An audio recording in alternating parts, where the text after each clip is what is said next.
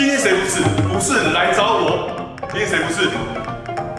我，大家好，我是无声比例自以为帅帅的五五声猛帅。哎，我们五五声猛帅，这个五五声猛帅这个名字。来源是我姐姐帮我取的，因为她觉得我很像吴宗宪身材。那你做旅游业6、7年了嘛，对不对？哦，那像你说的，可能会有不舒服的地方，大概是说明一下。像是每次去登山或是野溪温泉，一定都泡脚，然后回来的时候就是整个脚都是酸的，然后再来就是